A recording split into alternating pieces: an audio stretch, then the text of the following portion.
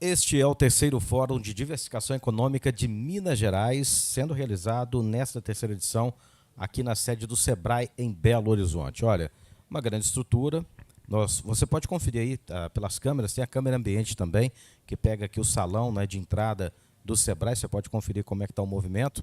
Está meio devagar agora porque está acontecendo palestra, né, no Salão Nobre, logo aqui atrás de onde nós estamos. E eu estou aqui ao lado do Marco Gaspar, que é superintendente de micro e pequenas empresas do governo de Minas Gerais. Nós vamos começar esse bate-papo, Marco, primeiro fazendo até um registro. Por exemplo, o trabalho da galera que está nos bastidores, né, desse evento tem inúmeras micro e pequenas empresas envolvidas. Tem MEIs, tem pequenas empresas.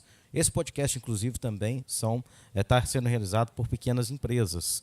Então, são empresas que fomentam, né, a nossa economia, gera impostos, né, para o Estado, para a União, para fazer com que tudo aconteça no Brasil. Então, é de extrema importância, né? Esse momento, por exemplo, está acontecendo porque está fomentando a economia, está garantindo a manutenção de vários empregos nesse momento. E você tem essa responsabilidade, né, de estar nesse setor no Estado, de micro e pequenas empresas, buscando fomentar o nosso trabalho, né, trazer retorno para todos nós. É isso aí, Márcio. Um bom dia, né? A gente toma conta aí das políticas públicas voltadas ao fomento das micro e pequenas empresas, né? E aí entra comércio, serviço, indústria, cooperativa, né? E dentro desse fórum, né, o que a gente vê e enxerga é essa diversificação através das micro e pequenas empresas, né? É óbvio que Minas Gerais tem essa característica minerária, né? Começou já no século XVIII, né? com ouro, e depois, hoje em dia, principalmente com minério de ferro, mas vários outros minerais, que atrai grandes empresas. E outras grandes empresas também a gente tem atraído. O governo atraiu cerca de 420 bilhões nos últimos 5 anos e meio, né, de empresas, todas elas grandes para o estado de Minas Gerais. Mas essas empresas contratam funcionários e também contratam serviços e produtos no seu entorno, né?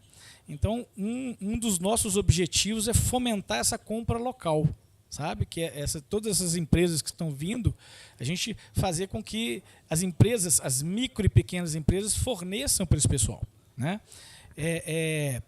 E também, outro objetivo nosso é a gente identificar algum lugar que já está diversificado, e a gente começa até a assustar com a grande diversidade de polos produtivos que tem em Minas Gerais, e a gente tentar fazer com que esses polos já diversificados se perenizem, né? Porque muitos deles já morreram, começou a se criar aquele polo e não tiveram uma tratativa mais focada e acabaram morrendo, né? Um dos exemplos, as famosas flores de Barbacena, não tem mais, né? O pessoal não conseguiu trabalhar em conjunto. Hoje, os poucos produtores que tem lá na região vendem tudo para Olambra, em São Paulo, para depois as flores voltarem para cá, né? Então, a gente tem algumas políticas públicas que chama Política Estadual de Arranjo Produtivo Local, que a gente identifica aqueles polos produtivos e tenta fazer com que eles floresçam e desenvolvam cada vez mais. Mas hoje, no nosso fórum aqui, é a gente pensar como as micro e pequenas empresas podem melhorar toda a economia desses municípios minerados, né? A gente tem em Minas Gerais várias oportunidades, porque a gente tem um turismo aí que é o que mais cresce no país nos últimos anos, né? O principal estado atrator de turistas no Brasil nos últimos anos é Minas Gerais, e a gente tem que aproveitar isso. A gente tem que aproveitar que a gastronomia mineira atrai, então a gente tem que incentivar os pequenos a produzirem esses quitutes até industrialmente, para a gente poder mandar para fora de Minas e até exportar. Então, essas políticas todas estão dentro aí da nossa superintendência. Bem, você está acompanhando nosso bate-papo aqui pelas redes da Federaminas, pelo YouTube da Federaminas, e também pode acompanhar a cobertura desse evento pelas redes do Fórum de Diversificação Econômica, tá? Tem as redes lá também, tem muito conteúdo bacana para você acompanhar o nosso trabalho. Vou puxar novamente a câmera ambiente aqui do salão, né? Tá o pessoal preparando o cafezinho. O Marcos falou há pouco aqui, né? O Marco falou há pouco aqui do café, que é um potencial de Minas Gerais. As quitandas, negócios são fechados tomando um cafezinho em Minas Gerais, né? É algo assim fantástico do estado que o mundo inteiro conhece. Exatamente, Márcio. A gente tem hoje em Minas Gerais 8 identificações geográficas de café. A identificação geográfica, a grosso modo, o pessoal vai lembrar, antigamente qualquer vinho que tinha gás a gente chamava de champanhe, né? Hoje você só pode chamar champanhe aquele vinho que é fabricado na região da cidade lá de Champagne, na França, né? Aí depois virou Prosecco, tem espumante do Rio Grande do Sul, aí virou espumante. Mas antigamente todo mundo chamava de champanhe. Champanhe, então, agora só esses que têm identificado geograficamente nessa região. E aí o INPI, né, o Instituto Nacional de Propriedade Industrial, ele identifica aí algumas regiões no Brasil que podem levar aquele selo, né? Então a gente tem o café do Campo das Vertentes, tá? A gente tem o café da Mantiqueira, a gente tem o café do Sudoeste de Minas, café do Cerrado. Então são identificados os municípios que têm em comum aquele relevo, aquele modo de plantar, e aí aquele café tem aquele sabor característico da região. Então, Minas Gerais é o principal produtor de café do mundo, né? Mais da metade do café é brasileiro, né? Se fosse separado Minas Gerais do Brasil, o Minas Gerais seria o segundo maior produtor de café. O Brasil primeiro, Minas Gerais segundo. Só para você ter uma noção do tanto que se produz café aqui. E, hoje em dia, café de qualidade, como essas 8 identidades geográficas podem comprovar, né? E mais algumas que já estão em processo de serem reconhecidas. Então, o café, quando você linka também o café no turismo rural, por exemplo, né? Você consegue também fazer uma diversificação que atraia cada vez mais renda e geração de emprego para Minas, né? Então, você falou um exemplo bacana do café, mas Minas Gerais tem N polos produtivos. A gente tem em Muriaé, na região de Muriaé, agricultores familiares produzindo peixe de aquário. 70% do peixe de aquário do Brasil é produzido na região. Então, você imagina. Mas não é comercializado lá, quase tudo levado para São Paulo e comercializado através de São Paulo. Então a gente tem que tentar fazer com que esse pessoal se organize, né, faça a triagem dos peixes e tal, e isso seja comercializado a partir dali mesmo, né? Isso com certeza vai trazer mais rendimento, mais emprego para aquela região. E quando a gente fala aqui da fora diversificação, a gente está pensando principalmente nos municípios minerados. E esses municípios recebem aí uma contribuição federativa que é chamada CEFEM, que faz com que o caixa dessas prefeituras acabe se recheando, né? A gente sabe que tem prefeitura aí que tem 1 bilhão em caixa e não sabe nem como usar. Entendeu? A gente estimula essa prefeitura a fazer um fundo soberano para abaixar os juros para a micro e pequena empresa, para a empresa que esteja inovando, né? Então, você falou aqui do pessoal das micro e pequenas empresas que estão aqui prestando serviço para o evento. Alguém pode ter aí uma inovação, seja tecnológica ou não, o governo tem fundo de fomento para ajudar esse pessoal a colocar essa inovação para frente, sabe? Então, nós estamos ali tentando incentivar esse pessoal a cada vez mais investir e acreditar em Minas Gerais, né? E o pequeno está com a gente. Marco, justamente sobre esse desafio da cidade mineradora em diversificar a economia com turismo, com negócios de modo geral, com prestação de serviços, ela tem ali uma oportunidade, né, já está inserida na cidade, na rotina da cidade, uma oportunidade de testar essa diversificação. Como assim? Que já tem um turismo de negócio naquela cidade, já tem uma rotatividade de pessoas de outras culturas, de outras regiões do estado, ou seja, você já pode fazer um teste, conhecer suas identidades geográficas, e daí você, nesse teste, já, opa, aqui deu certo, vamos expandir, vamos dar mais um passo, né? Nem toda cidade tem essa possibilidade tão abrangente como essas cidades têm, né? Por exemplo, você tem uma rotina de pessoas de fora que vão morar na cidade, que alugam suas casas, outras que ficam ali de segunda a sexta-feira, hospedadas em hotéis, né? Aí, final de semana, volta para a sua cidade, segunda-feira está de volta ali, ocupando vários leitos de hotéis. É uma rotina dessas cidades mineradoras.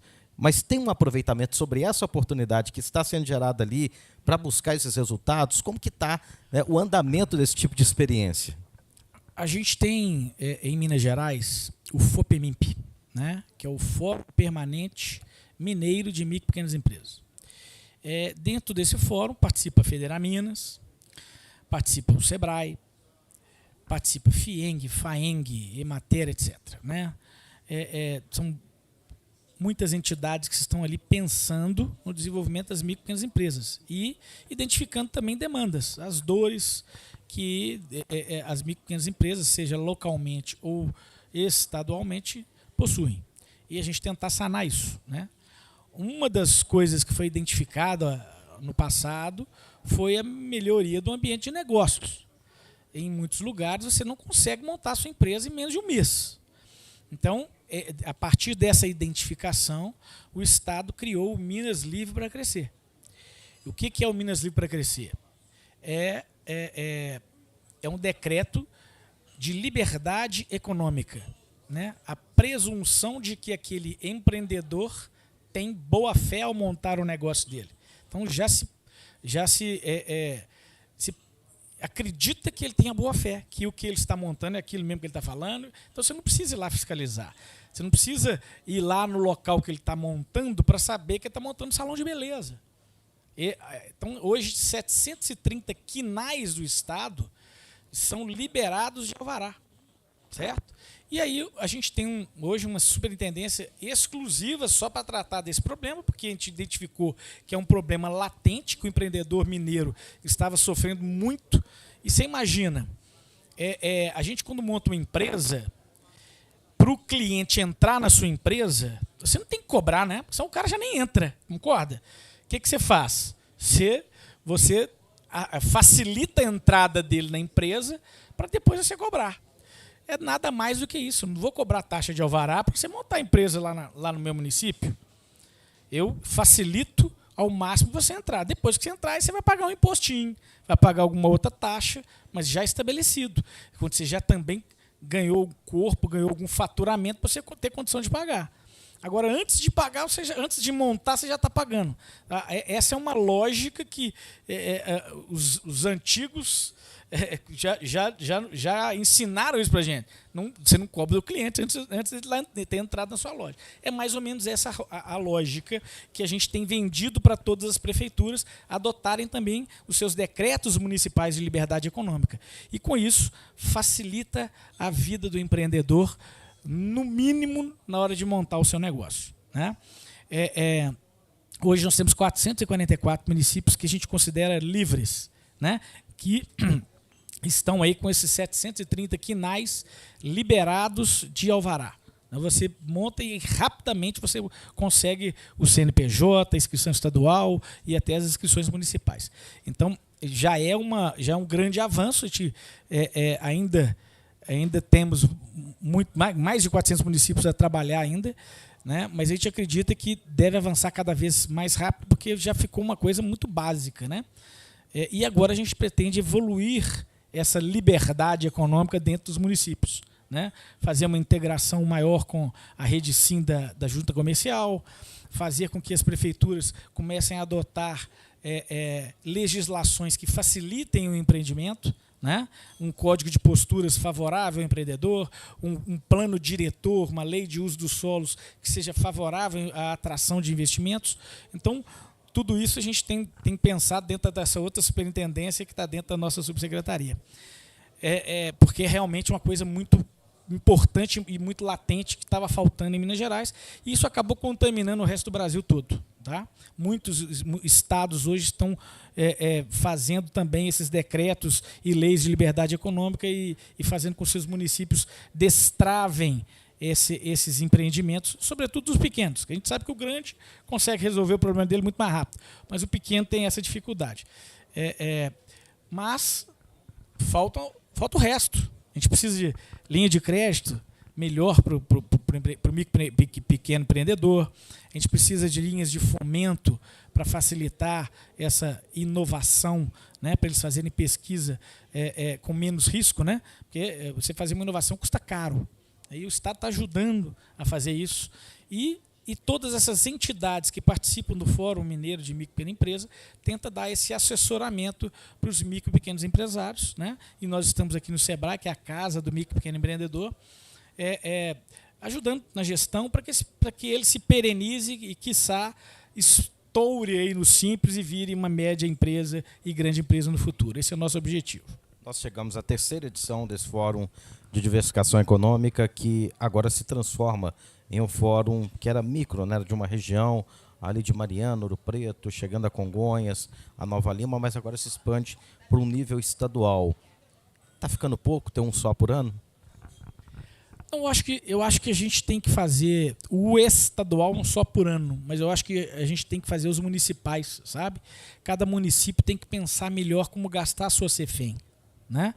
Eu falei aqui, tem município que tem R$1 bilhão de CEFEM guardado e não sabe como utilizar, né? E município que tem um turismo já que poderia estar muito mais avançado, porque geralmente todos esses municípios mineradores, eles têm uma história de 250, 300 anos e que pode ser explorado turisticamente, principalmente esse turismo cultural. E o pessoal não está explorando. Então a gente chega em algumas cidades dessas que são mineradoras, que poderiam ter um turismo avançado e não tem cuidado nem das praças na frente das matrizes que tem 250 anos. Sabe? Então cabe uma discussão maior dentro de cada município desse, né? Você pega Conceição do Mato Dentro, que tem recebido, hoje é o município que mais recebe CEFEM no estado. Então eles já estão começando a pensar nessa diversificação econômica. Já tem um fundo soberano sendo implantado. Exatamente, né? O fundo soberano sendo implantado.